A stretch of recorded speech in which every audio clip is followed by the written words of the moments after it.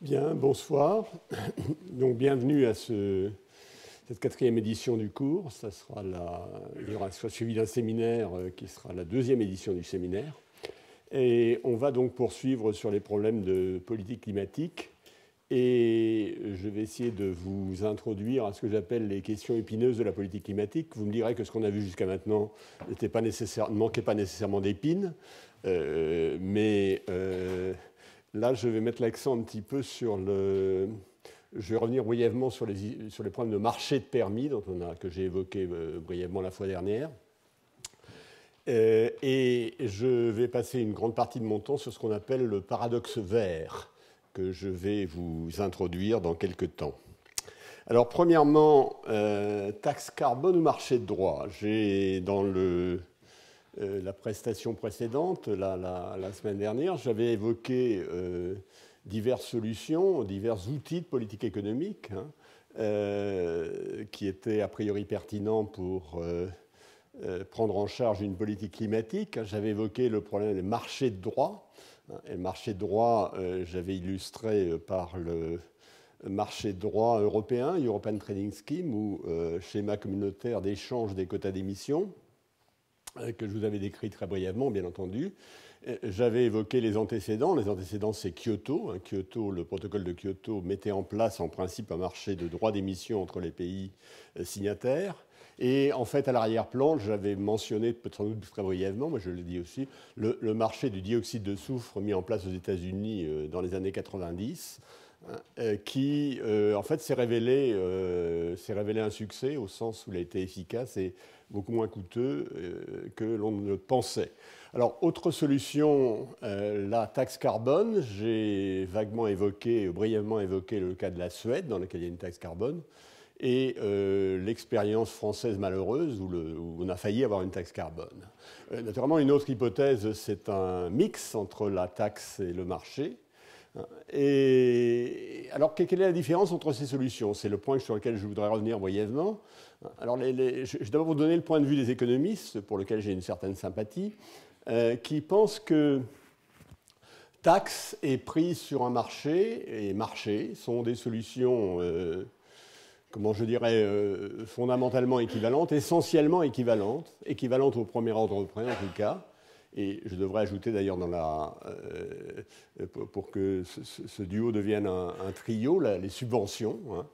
Alors, en quel sens c'est équivalent? Au sens où, à valeur, si par exemple je prends une taxe, la solution taxe carbone que je mets en regard de la solution marché droit, eh bien, si le prix du permis émergent sur le marché et le prix de la valeur de la taxe carbone sont identiques, par exemple, si dans les deux cas, c'est 30 € par tonne de CO2, ce qui fait à peu près 100 € par tonne de carbone, si vous vous souvenez les équivalences qu'on avait indiquées le premier jour, eh bien, à valeur égale de ces indicateurs, taxe ou prix du permis, eh bien, ça a des effets sur les prix finaux du bien qui sont pour l'essentiel identiques. Ça, c'est la première affirmation. Et deuxièmement, ça conduit à la même performance environnementale. Et par ailleurs, j'ajouterais que ça donne des possibilités d'exemption comparables, sous des formules relativement différentes. Une exemption à la taxe carbone, ce n'est pas comme une exemption sur un marché de permis qui se traduit par des quotas gratuits. Dans l'autre cas, c'est vraiment une exemption au sens strict. Donc ça donne des possibilités d'exemption comparables. Malgré tout, et j'avais brièvement indiqué les mécanismes. Les mécanismes, c'est que les prix, les économistes croient que les prix sont déterminés par les coûts marginaux, et ils croient que l'incitation à une bonne performance environnementale est déterminée par le coût de l'absence de cette performance, qui est mesurée par la taxe carbone ou la valeur du prix du permis. Alors en fait, ça c'est la première approximation. En deuxième approximation, les économistes, et je vais vous montrer, font dépendre le choix entre ces deux formules qui sont relativement équivalentes, deux dimensions. La première, l'incertitude sur les coûts. L'incertitude sur les coûts de la dépollution, puisque nous sommes dans un phénomène où il y a une pollution au sens large, que l'on cherche à limiter. Et deuxièmement, les caractéristiques des bénéfices de la dépollution. Et donc, on va regarder juste le modèle, simplement le cas de référence qui est donné dans les cours d'économie publique standard, hein, dans lequel les coûts de dépollution vont être incertains, et par contre, les bénéfices des politiques environnementaux vont être connus. Et je vais vous montrer que la politique de prix, c'est-à-dire la taxe, ce qu'on appelle la politique de prix par opposition au marché, qui est une politique de quantité, hein, est supérieure à la politique de quantité si le bénéfice marginal des politiques est assez plat, et que par contre, si le bénéfice marginal est assez pentu, c'est-à-dire s'il y a des effets de seuil, la politique de quantité est préférable. Alors, l'illustre ce diagramme, hein, sur lequel je ne vais pas m'étendre. Hein, l'idée, l'intuition qui est derrière est extrêmement simple. Maintenant, si on veut trouver les formules exactes de la perte sociale dans chacun des cas, c'est pas... Donc, vous avez un diagramme dans lequel il y a... Alors, si j'y arrive, voilà. Hein, vous avez en abscisse donc les quantités. Ça, c'est les quantités de dépollution. C'est la quantité, c'est l'effort de la politique, c'est l'effort de dépollution, hein, c'est la quantité de biens dépollués. Et en abscisse, et en ordonnée, par contre, vous avez des coûts, soit les coûts marginaux de dépollution, soit des bénéfices marginaux de dépollution. Alors, coût marginal, voilà, ça par exemple, c'est une courbe de coût marginal. Hein. Elle correspond à des coûts marginaux de dépollution élevés. Hein, vous voyez, le coût marginal croît avec la quantité que je veux faire disparaître. Hein. Ça, c'est une courbe de coût marginal assez standard. Hein. Et maintenant, vous avez ici une courbe de bénéfice marginal. La courbe de bénéfice marginal vous dit que, bien, plus vous dépolluez, moins il est intéressant d'ajouter une unité de dépollution supplémentaire, ce qui est relativement, ce qui n'est pas toujours vrai, mais qui est assez raisonnable comme hypothèse. Donc là, vous avez un bénéfice marginal qui est assez plat, c'est-à-dire quelle que soit la quantité de dépollution, la valeur que j'attache à l'amélioration du système est à peu près identique. Et là, par contre, vous avez un bénéfice marginal assez pentu. C'est-à-dire que dans cette zone-là, bien, le bénéfice marginal est très élevé si je suis par ici, si je suis dans cette zone de dépollution, et il devient très faible si je suis dans cette zone de dépollution. Ça correspond à l'idée, là, cette courbe très pentue correspond à l'idée qu'il y a une sorte d'effet seuil. Au-delà d'un certain seuil, la pollution n'est pas très gênante, et en dessous d'un certain seuil, elle devient très gênante. Alors, je vais vous montrer que si on est dans... Alors qu'est-ce qu'il faut faire? Qu'est-ce que c'est qu'une politique de taxe contre une politique de quantité? Bien, une politique de taxe, il faut mettre la taxe en place avant qu'on sache si les coûts des pollutions sont élevés ou pas élevés. La première chose. Donc, ce qu'on va mettre, c'est une taxe. Et à quel niveau on va la mettre? Bien, on va la mettre au niveau qui correspond à cette droite bleue horizontale, hein, qui correspond ici, c'est-à-dire qui est entre le niveau qui serait optimal si les coûts étaient élevés et le niveau qui serait optimal si les coûts étaient bas. Il faut que je peux simplement mettre une taxe. Donc, je vais avoir quelque chose qui va être...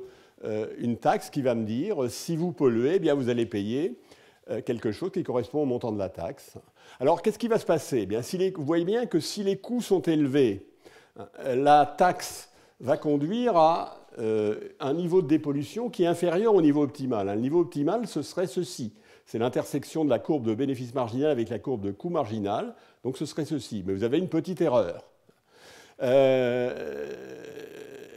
Et donc, par contre, si le bénéfice marginal est très pentu comme ça, vous voyez bien que l'erreur que vous faites en mettant une taxe, hein, est assez élevée, puisque vous avez ce niveau de dépollution avec la taxe, alors que le niveau souhaitable serait ce niveau-là. Hein. Donc là, il y avait un tout petit écart, là, il y avait un tout petit écart, il y a un écart beaucoup plus grand, lorsque le bénéfice marginal a cette fonction-là. Et naturellement, la situation est symétrique. Dans le cas où les coûts sont faibles, hein, on a la même chance de choses. Donc vous voyez bien que la taxe ici fonctionne bien si j'ai des bénéfices marginaux assez plats. Par contre, elle fonctionne assez mal si le bénéfice marginal est très pentu, hein, s'il y a un effet seuil. Donc c'est ça la philosophie, et c'est extrêmement intuitif. Hein. Quand vous avez des effets seuil, ben, il vaut mieux contrôler la quantité. Quand vous avez des effets de bénéfice marginal assez constants, ben, la taxe, si vous la mettez égale au bénéfice marginal, ne vous fait pas faire une grande erreur. Donc ça, c'est la philosophie de taxe contre quantité. Alors ce que je vais dire... Ça, c'est la philosophie, je dirais, des manuels d'économie publique. C'est ce que j'ai esquissé brièvement, ce qu'on enseigne avec un peu plus de détails et en mettant quelques formules aux étudiants qui suivent un cours d'économie publique sur les problèmes d'environnement. Alors, donc voilà un petit peu. hein. Les économistes pensent que ces solutions sont essentiellement équivalentes, avec des bémols, hein, que j'ai indiqués ici, puisque la valeur de la taxe carbone égale le prix du permis, bien sûr, et la possibilité d'exemption comparable.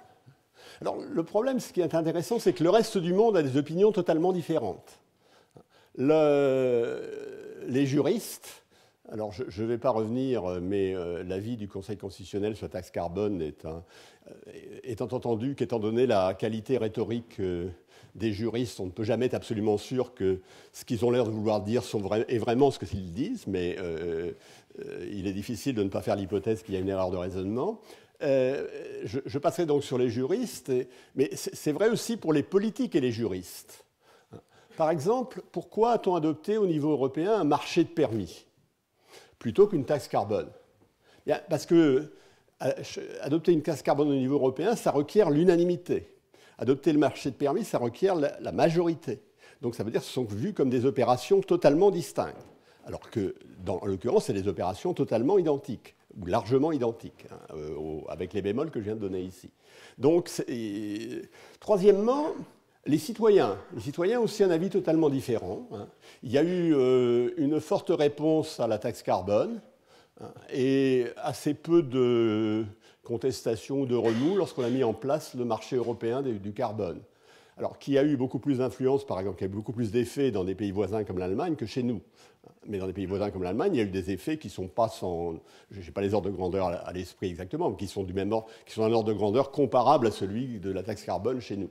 Il n'y a pas eu de protestation. Donc les citoyens ne perçoivent pas les solutions comme équivalentes. Alors vous allez me dire que la taxe carbone touchait plus directement les citoyens parce qu'elle touchait leur consommation directe et non pas leur consommation indirecte via l'industrie. Il y a peut-être des choses comme ça. Alors, il n'y a pas que les citoyens européens ou les citoyens français, hein, il y a les citoyens américains. Les citoyens américains ont une forte préférence pour le marché. Ils n'aiment pas les taxes, hein, et ils aiment bien le marché. Donc c'est pour ça d'ailleurs que dans les années 90, on a mis en place, plutôt qu'une taxe sur le dioxyde de soufre, on a mis en place un marché sur le dioxyde de soufre. C'était beaucoup plus facile à faire passer politiquement. Alors, les derniers agents qui ont une opinion différente de celle que je viens d'exprimer, c'est les entreprises, hein. Alors, les entreprises préfèrent beaucoup le marché de droit à la taxe. Mais, en l'occurrence, je vais y revenir très brièvement tout à l'heure, non pas parce qu'elles ne comprennent pas l'équivalence fondamentale, mais parce qu'elles trouvent beaucoup d'avantages au marché de droit sur lequel je vais revenir tout à l'heure. Sens qu'un marché de droit donne des quotas gratuits, et alors qu'une taxe avec exemption, ça semble beaucoup plus fragile comme mode d'arrangement. J'y reviendrai tout à l'heure. Alors, les économistes ont-ils raison? Donc, je rappelle brièvement la raison des économistes. Un taxe ou marché donne un prix à une utilisation accrue de carbone, donc modifie de façon identique les coûts marginaux qui déterminent les prix, et j'ajouterais conduisent à une incitation identique à la réduction de la pollution, incite à une performance environnementale identique. En ce qui concerne le premier point, en tout cas l'expérience de l'ETS en 2006, où il était dans une phase qui n'était pas encore opérationnelle, c'était une phase d'essai, d'expérimentation. Hein. Mais en tout cas, elle plaide spectaculairement pour la première position des économistes, hein, parce que c'est une politique qui a été mise en place dans laquelle les effets sur les coûts, comme les quotas ont été donnés gratuitement, les effets sur les coûts moyens étaient pratiquement négligeables. Par contre, les effets sur les coûts marginaux, en particulier pour la production d'électricité carbonée, en particulier la production d'électricité de pointe dans les centrales à charbon allemandes, etc., les effets sur les coûts marginaux étaient considérables. Ce qu'on a vu, c'est que les effets sur les prix ont été considérables à la mesure de ce qu'il y avait sur les coûts marginaux. Enfin, un peu atténués lorsqu'on fait l'économétrie, mais c'est ça. Alors que l'effet sur le coût moyen est absolument nul. Donc, pour les sceptiques, les économistes font parfois des erreurs, disent parfois des bêtises. Sur ce plan, il semble que l'on ait quand même relativement raison, et même assez totalement raison. Voilà. Mais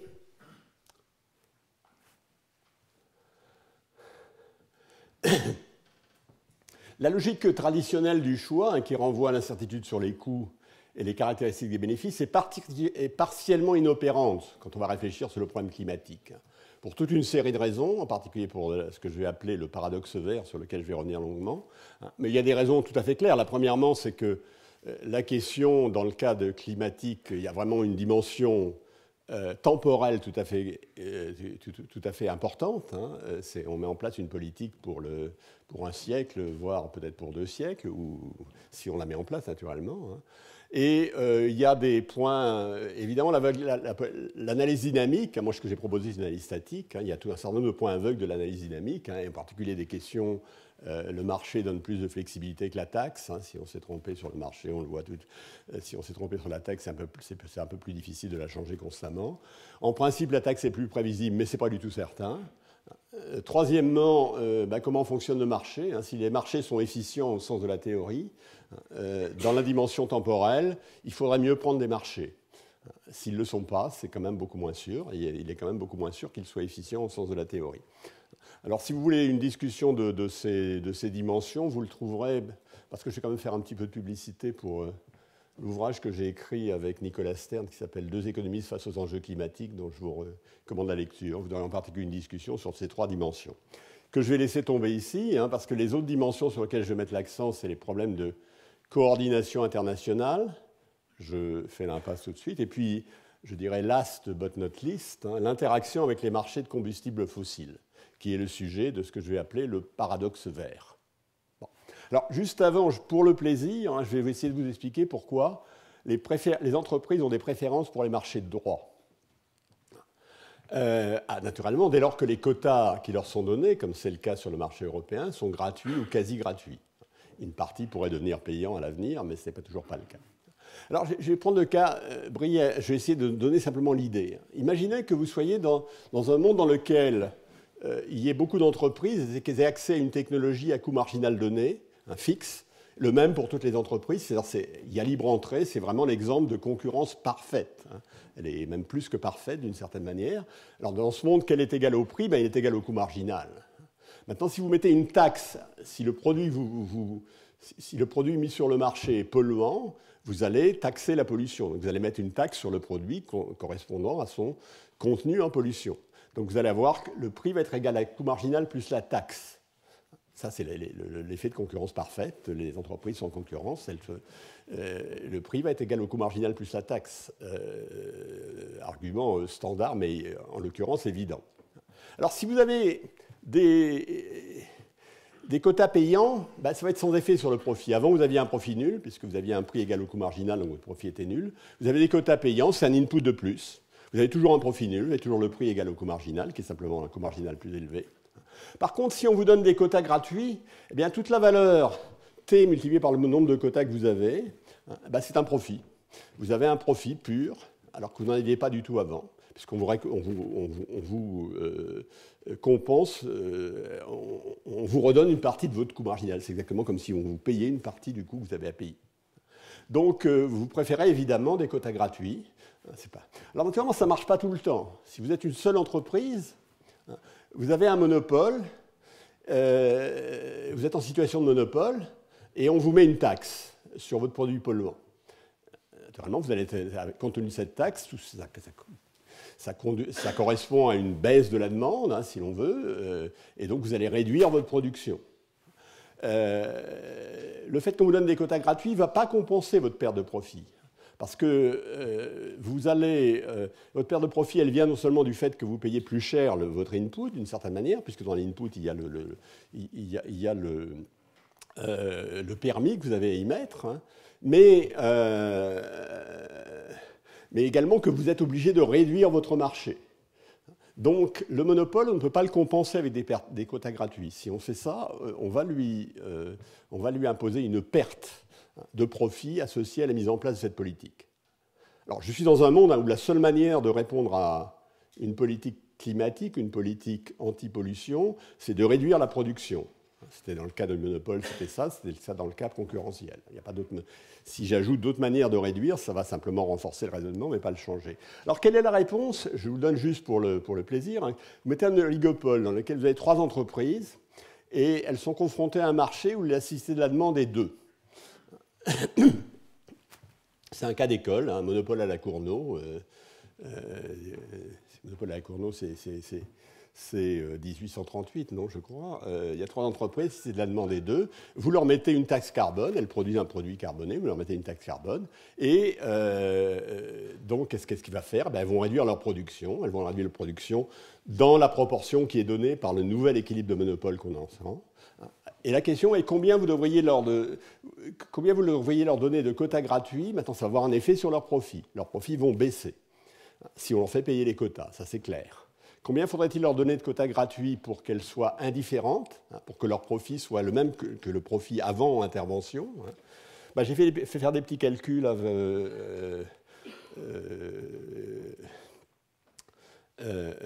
qui suggèrent que si pour une réduction, enfin qui dans le cadre du modèle disent exactement ça, si vous voulez réduire de 20% les émissions, et si vous voulez compenser l'entreprise pour cette réduction, vous devriez donner 23% de quotas gratuits. C'est-à-dire une quantité relativement faible, c'est loin de 100% aujourd'hui. Donc si vous vous demandez pourquoi les entreprises préfèrent le marché, vous avez un élément de réponse ici. Deuxième élément de réponse, c'est que les entreprises ont de très bons lobbyistes à Bruxelles. Voilà.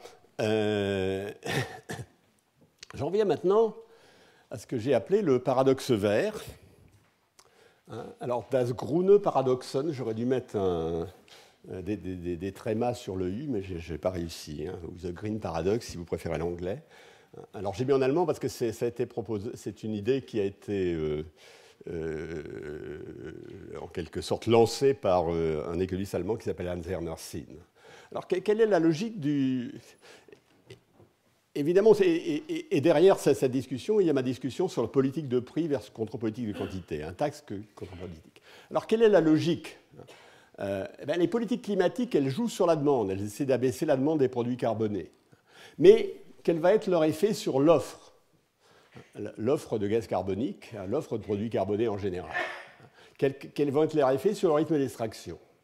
Alors, l'argumentaire que je vous donne là, qui est tiré de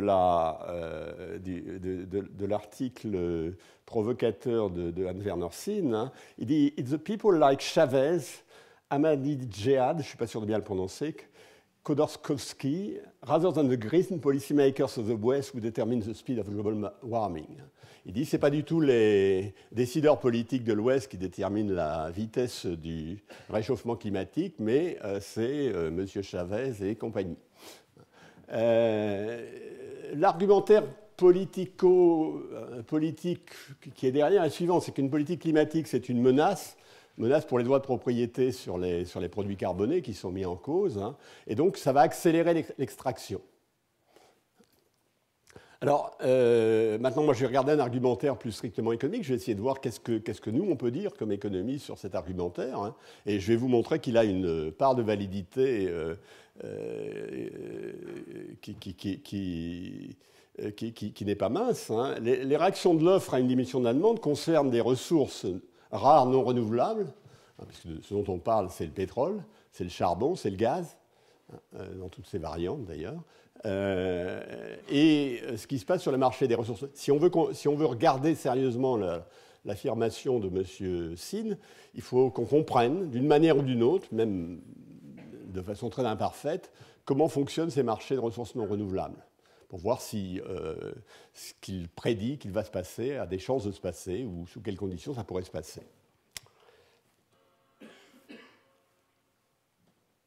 Alors, je vais regarder un peu plus près un certain nombre de thèses associées au paradoxe vert. D'abord, premièrement, les effets des politiques sur l'abaissement de la demande de gaz carbonique, les effets bénéfiques du progrès technique et sur l'organisation internationale de la politique climatique. Alors, il y a des doutes sur les effets des politiques d'abaissement de la demande de CO2. Le premier, je peux l'exprimer comme ça, une politique climatique géographiquement limitée est contre-productive. Hans-Werner Sinn a la formule qui est tout à fait remarquable. Il dit que, alors naturellement, il pense à Kyoto ou il pense à la politique européenne. Il dit grosso modo, c'est une obole faite par les fidèles à l'Église et dérobée par les incroyants. Alors, deuxième aspect, l'abaissement de la demande.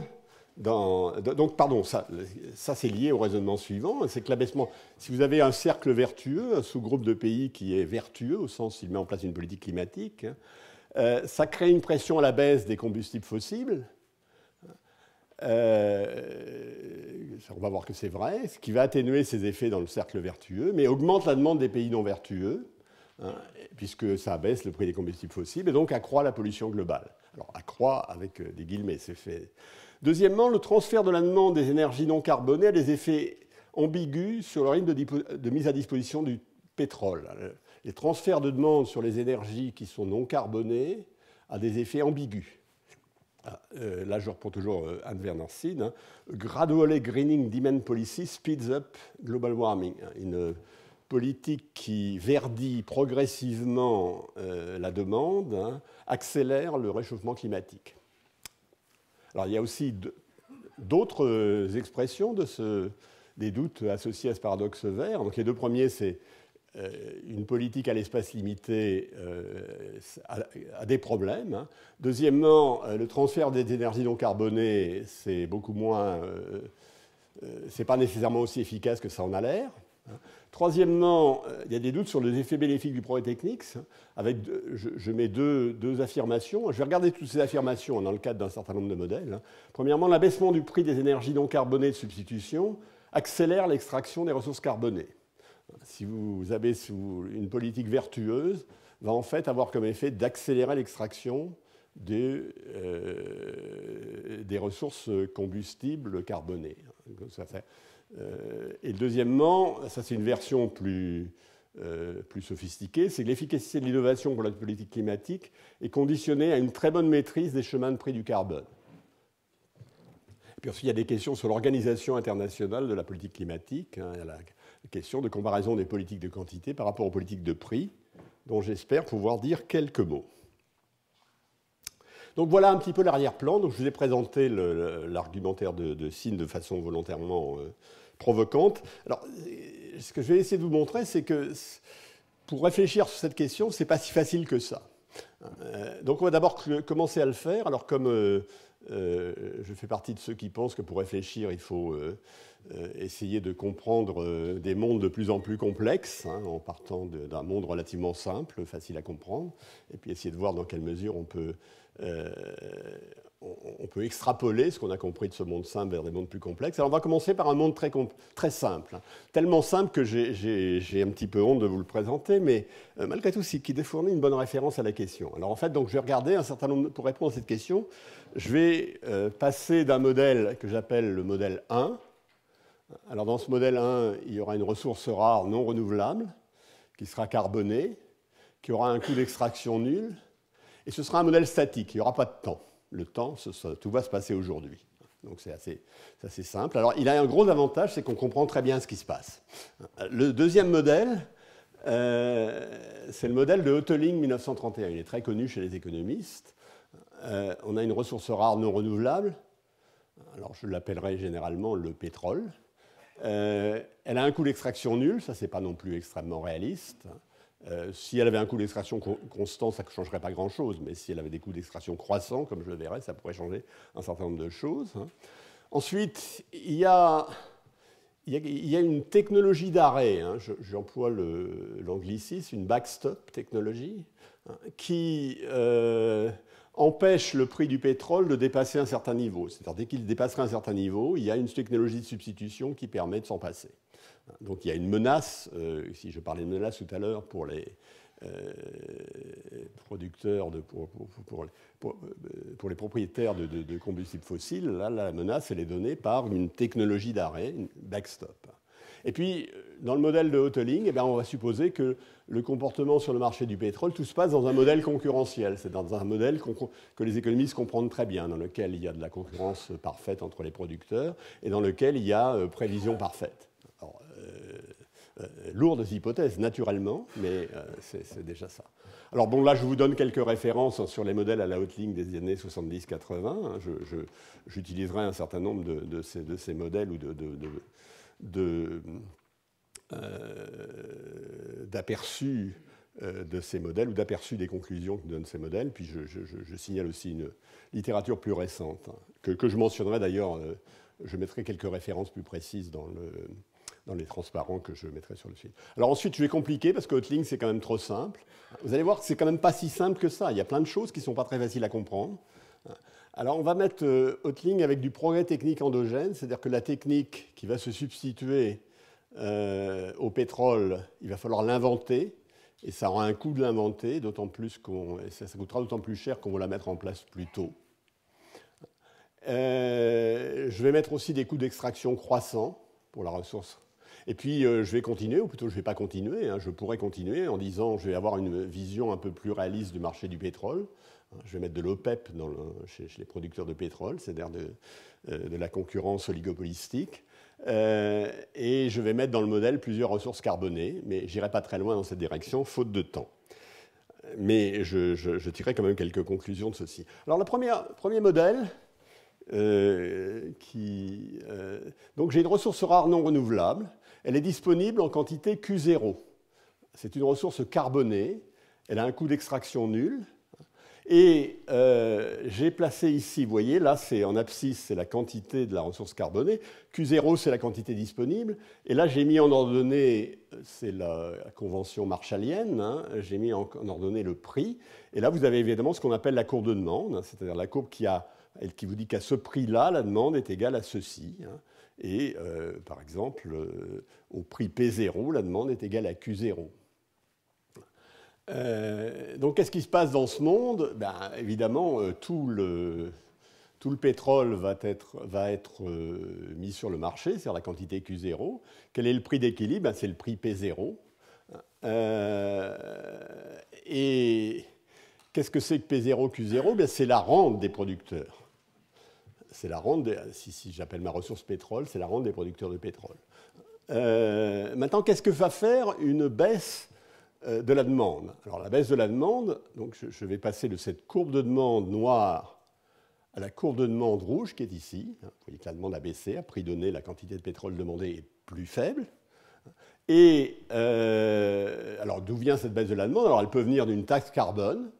Ça peut être une taxe carbone universelle, ça peut être une taxe carbone limitée géographiquement. Elle peut être due à l'innovation qui fait apparaître des substituts aux produits carbonés. Donc il y a toutes les raisons que j'ai évoquées tout à l'heure.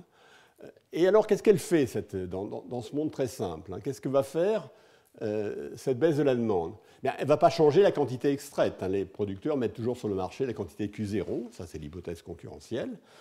Et à quel prix ils vont le mettre? À P0 moins T, qui est simplement l'intersection de la courbe de demande, la nouvelle courbe de demande, avec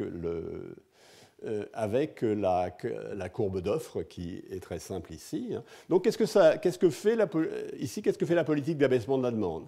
Elle fait une seule chose. Elle n'a pas d'effet. Par exemple, ce que j'ai appelé 1A et 2A tout à l'heure est vrai à la limite. Le fait que je disais que les politiques étaient contre-productives. En fait, elle n'a pas d'effet sur la mise sur l'extraction de la ressource, mais elle conduit simplement à transférer la rente. La taxe, c'est quelque chose qui permet de transférer la rente. C'est-à-dire que la rente des pays producteurs, elle a baissé. Au lieu d'être le rectangle qui était là, elle est simplement le rectangle assuré. Elle a en fait elle a été divisée par deux avec mon opération. Donc, seul effet, mais ce n'est pas négligeable, elle transfère la rente. Alors, c'est un effet agréable pour les consommateurs, c'est un effet désagréable pour les producteurs. Alors, c'est un effet que les consommateurs semblent ne pas comprendre, mais que les producteurs comprennent très bien. Et j'ai été plusieurs fois dans des réunions internationales où il y avait des représentants des pays pétroliers, et leur hostilité à la politique climatique reflétait une assez bonne compréhension de ce qui pouvait leur arriver. Le soutien à la politique climatique des consommateurs ne reflétait pas une aussi bonne compréhension. Enfin, du moins, c'est une hypothèse que je fais c'est une interprétation que je fais des échanges auxquels j'ai assisté. Alors, on va quand même regarder un tout petit peu les choses, les affirmations que j'ai montrées tout à l'heure. Est-ce qu'une politique qu'est-ce que va faire une politique géographiquement limitée?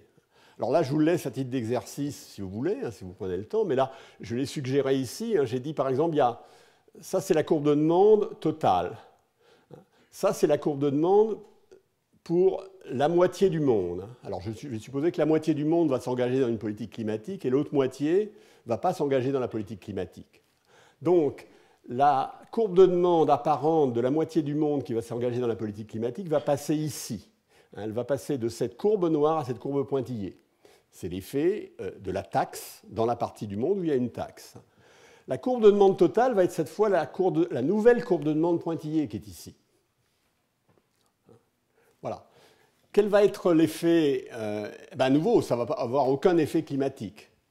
À nouveau, ça va baisser la rente des producteurs. Et à nouveau, alors cette fois, évidemment, il va y avoir un effet clairement positif pour ceux qui se sont abstenus, pour la partie du monde qui n'est pas partie à la politique climatique, parce qu'elle voit deux choses. Elle voit sa part de marché augmenter, et deuxièmement, elle voit la rente diminuer.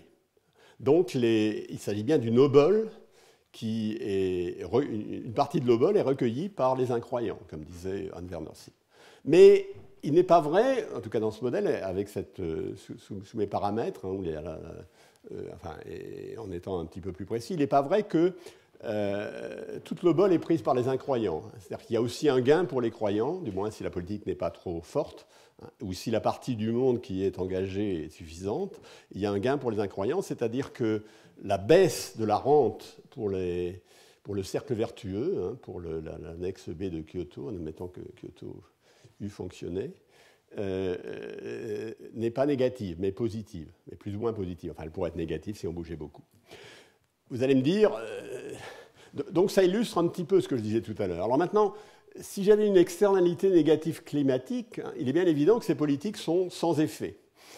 Donc si je reste dans mon monde simple, où il y avait une période, si je veux que la politique climatique, si je veux mettre en place une politique climatique, il faut que j'empêche l'extraction, que je régule la quantité extraite. Par exemple, je peux la mettre ici. Je peux décider, je vais prendre comme politique, on interdit l'utilisation de plus de cette quantité de pétrole. Alors à ce moment-là, vous voyez bien, le prix du pétrole va être ici. Et le profit la rente, cette fois des producteurs de pétrole, va être la partie assurée. Ce que vous voyez peut-être, ce que suggère le dessin, c'est que ce n'est pas nécessairement mauvais pour eux.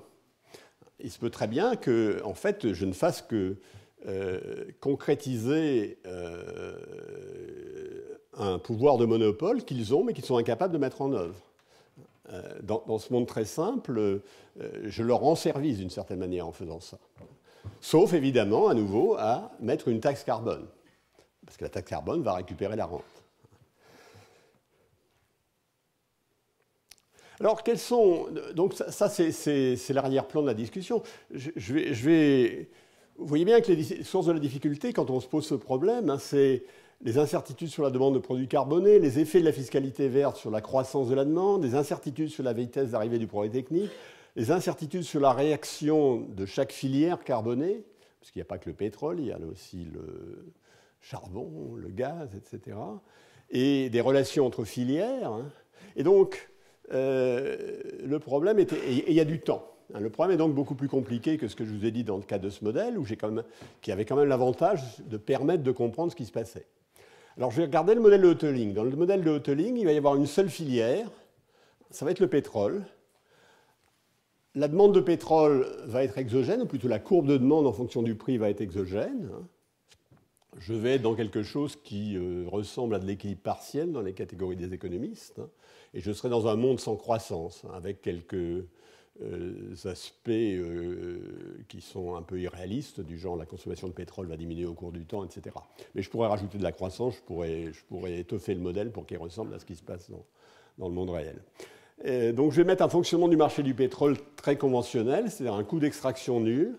Et à nouveau, je vais me faire l'hypothèse que les producteurs de pétrole sont en concurrence parfaite et ont des anticipations rationnelles, c'est-à-dire en l'occurrence font des prévisions parfaites, ne se trompent pas sur l'avenir. Alors je vais vous montrer que ça c'est un monde simple, hein, où les questions aux réponses que je viens, les réponses aux questions que je viens de mentionner, hein, dont je viens de faire la liste, sont non pas simples. Et puis, ayant fait ça, on s'interrogera sur la robustesse des conclusions qu'on peut tirer, et on essaiera d'extrapoler. J'arguerai qu'il y a quand même un élément robuste dans tout ceci, et je mettrai l'accent dessus. Dans le modèle de Hotelling, hein, il y a une ressource rare non renouvelable, dont le coût d'extraction est nul. Alors, il y a un taux d'intérêt petit r que soit je peux rendre endogène, mais grosso modo qu'on prend comme exogène, hein, qui est un taux d'intérêt qui vient du reste du monde, qui permet de faire des transferts entre périodes conformément au taux de substitution que suggère ce taux d'intérêt. Troisièmement, il y a une technologie d'arrêt que j'appelle la backstop, dont le prix Q est donné. Alors, donc, je vais vous mettre ici. Alors, ici, vous voyez ce diagramme. Qu'est-ce qu'il y a sur le diagramme? Il y a 4 parties dans le diagramme. Ici, il y a le temps. Ici, il y a le prix. Ça, c'est le prix du pétrole. Alors, vous voyez, si vous croyez mon raisonnement, le prix du pétrole augmente entre la période 0 et la période grand T. À la période grand T, il atteint le prix de la technologie d'arrêt. Il devient juste compétitif avec la technologie d'arrêt, et c'est le moment où le pétrole est épuisé. Alors comment voit-on si le pétrole est épuisé? Bien, vous regardez par exemple quand le prix est P0. Là, ici, dans ce cadran-là, vous avez la courbe de demande. La courbe de demande vous dit si le prix est P0, la demande de pétrole est égale à cette valeur-là, que je n'ai pas notée, mais c'est Q0. Hein. Valeur que je reporte le long de cet axe-là. Donc cet axe-là, c'est un axe de quantité. Donc au prix P0, la demande de pétrole est égale à cette valeur qui est ici, mesurée sur cet axe-là. Et puis quand le prix augmente, vous voyez dans ce monde le prix augmente, eh bien la demande de pétrole va diminuer. La courbe qui indique la variation de la demande de pétrole en fonction du temps est dans ce cadran-là, vous voyez, elle diminue ici, et la quantité totale de pétrole, c'est simplement l'intégrale de cette courbe. Et à l'époque grand T, c'est l'époque où la quantité totale de pétrole mise à la disposition du monde est égale à la quantité disponible. Donc, et ça, je dis, c'est la solution de Hoecling, hein, en ajoutant que je fais croître les prix du pétrole au taux d'intérêt. C'est-à-dire que le prix du pétrole croît, c'est l'exponentielle, c'est P0 exponentielle RT. Il augmente avec le taux d'intérêt. Alors pourquoi ça? Parce que dans ce monde-là, c'est la solution concurrentielle, c'est aussi la solution d'optimum social. Pourquoi? Parce qu'on est dans un monde dans lequel on peut transférer une unité de pétrole entre deux périodes, 1 pour 1. Donc le taux de substitution entre le pétrole pour deux périodes, c'est 1 pour 1. Donc ça veut dire que si je mets une unité de pétrole à l'époque T, sa valeur actualisée à l'époque 0, c'est P de T et puissance moins RT. Et donc, si moi, producteur qui est confronté à je dois être indifférent entre mettre du pétrole à la disposition du monde à la période T ou la période T plus 1, puisque je peux le transférer sans coût. Donc il faut que le prix augmente, et le seul moyen, c'est que le prix augmente au taux d'intérêt. Et c'est ce que dit ici. Alors ça, c'est à la fois un événement positif, c'est-à-dire si dans mon monde, je dis, je ferme le monde pour que le taux d'intérêt... C'est le monde concurrentiel, mais c'est aussi normatif. Hein, du point de vue du planificateur bienveillant qui gouverne le monde, c'est aussi la bonne solution. C'est simplement une réflexion de ce qu'on appelle le théorème central de l'économie du bien-être, hein, qui dit que dans un monde simple, enfin dans un monde à l'optimum, il y a un système de prix qui permet de décentraliser toutes les décisions de production et de consommation. Simplement ça. Donc le prix à la production va croître jusqu'au niveau de la backstop. Il va l'atteindre quand la ressource est épuisée. Donc vous voyez que la mécanique détermine deux choses. Elle détermine P0, le prix du pétrole à la date 0, sa croissance, et elle détermine le temps, la durée d'épuisement du pétrole. Alors, une remarque liée à notre discussion, si vous avez plus Q est faible, hein, plus l'épuisement du pétrole est rapide dans ce monde. C'est absolument normal. Si vous avez une technologie concurrente dont le coût est faible, les producteurs de pétrole, ils abaissent leur prix hein, pour le jour où leur prix va être égal au prix de cette technologie, il n'est absolument plus, il n'est plus rien à craindre. Donc ça, c'est un effet assez fort et assez puissant. Alors vous allez me dire, ce que me dit ce modèle, qui est quand même extraordinairement simpliste, hein, c'est que la croissance au taux R du prix du pétrole, alors ça c'est vrai. Bien, en fait, c'est évidemment assez grossièrement faux. Quand vous regardez le prix du pétrole, par exemple, sur un siècle, vous voyez qu'il est extraordinairement chahuté. Enfin, il y a des moments où il est chahuté, en particulier vers les années 70, etc. Je me suis livré à un petit exercice avec l'aide de quelqu'un dans cette salle que je remercie. J'ai pris le pétrole entre 1910 et 2010. Et j'ai regardé sur les statistiques de la Standard Oil quelle était la hausse en prix réel. Ils ont des statistiques en prix réel. Eh bien là, sur 1910-2010, la hausse moyenne du prix du pétrole est de 1,7% par an. Le prix réel du pétrole. C'est pas trop mauvais pour mon modèle. Hein. Mon modèle dirait que c'est le taux d'intérêt sans risque. Le taux d'intérêt sans risque, il est entre 1 et 3%. On ne sait pas très bien où, ça dépend comment on le calcule. Donc, c'est pas total. Disons, je ne prétends pas que j'ai un modèle réaliste du prix du pétrole, mais il n'est pas aussi absurde qu'il pourrait en avoir l'air.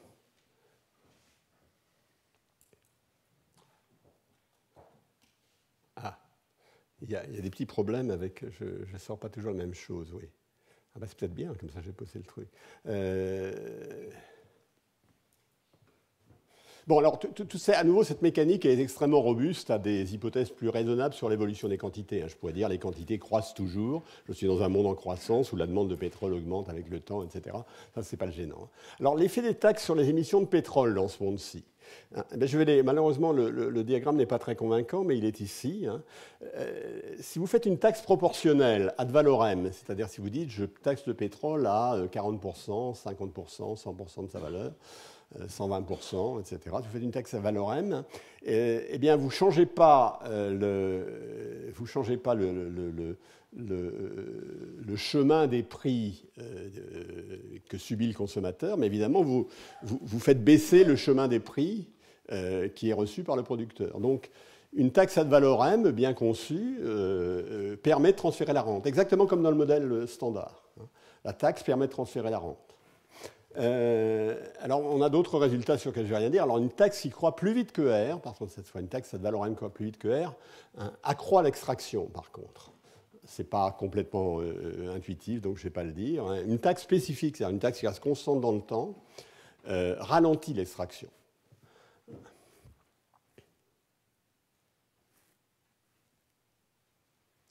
Alors maintenant, quelle est la...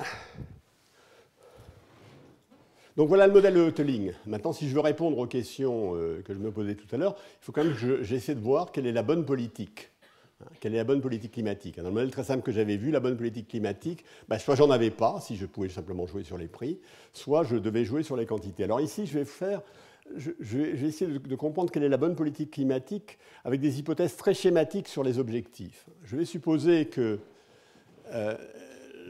les dommages climatiques sont tels que la politique optimale consiste à ne pas dépasser un certain plafond. C'est-à-dire, tant que vous êtes en dessous d'un plafond, il ne se passe rien, et vous avez un plafond que vous ne pouvez pas dépasser. C'est-à-dire, après ce plafond, c'est la fin du monde, donc on ne peut pas le dépasser.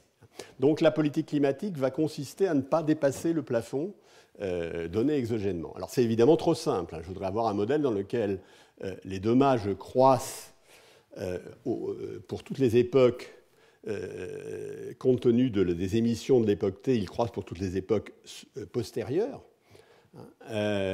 et dans lequel les dommages dépendent des concentrations. Ce sera un modèle certainement plus satisfaisant, mais ce sera un modèle aussi nettement plus difficile à comprendre. Donc je vais simplement me mettre dans ce cadre de ce modèle, dans lequel il y a un plafond de concentration de CO2 dans l'atmosphère. Alors le plafond, il y a une manière de l'obtenir, c'est de mettre un prix du pétrole P étoile.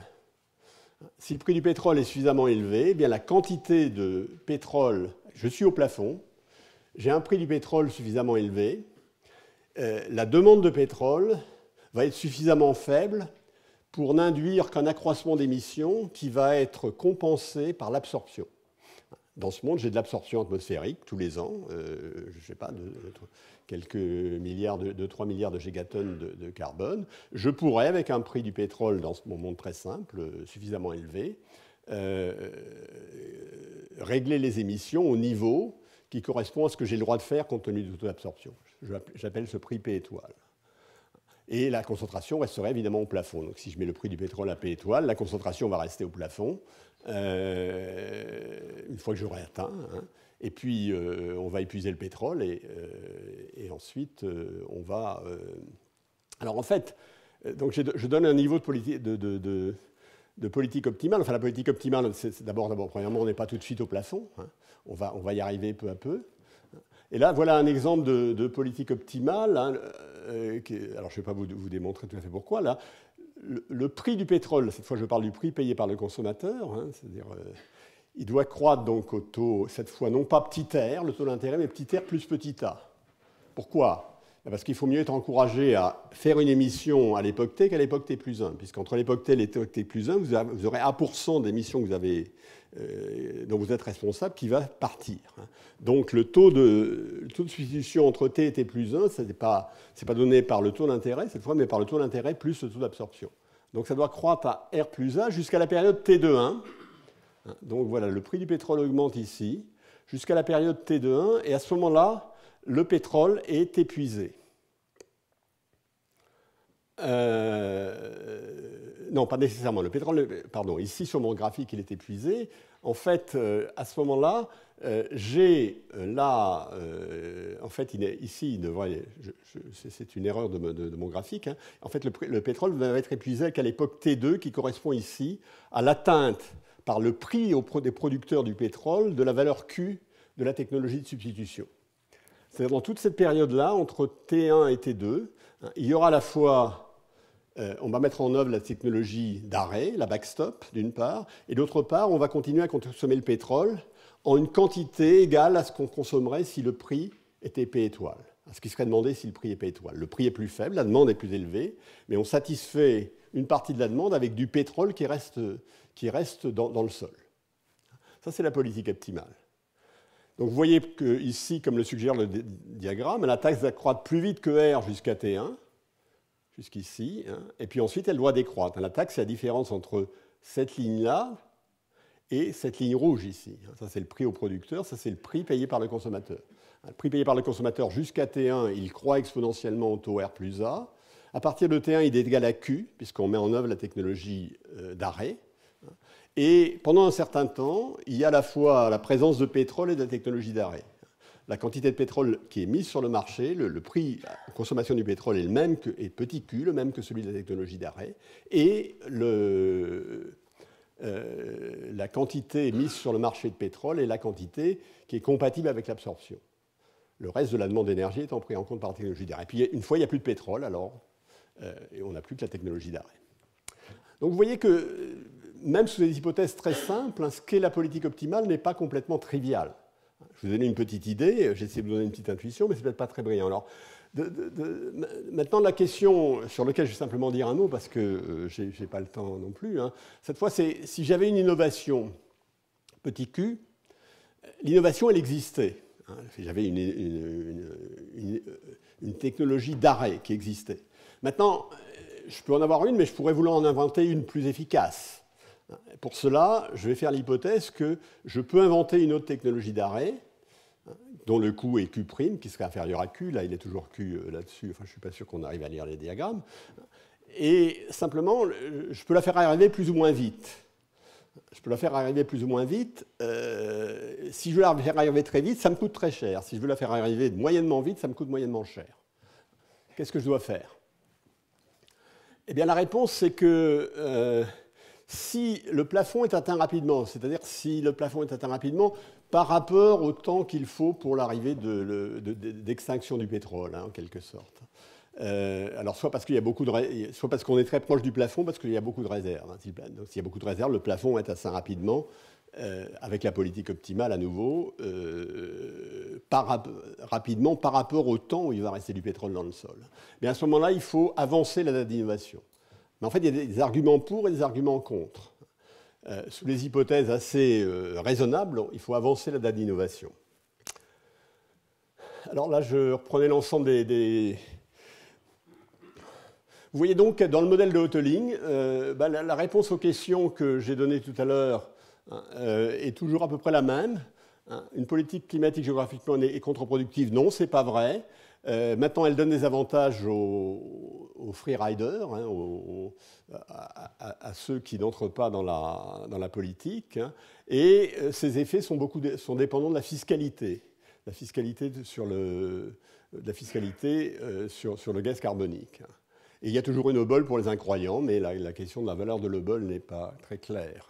Alors, Gradual et Greening Demand Policy Speed Up Global Warming, oui, c'est ce qu'on voit sur le modèle. Ce qu'on voit sur le modèle, mais pas si on maîtrise bien la fiscalité optimale.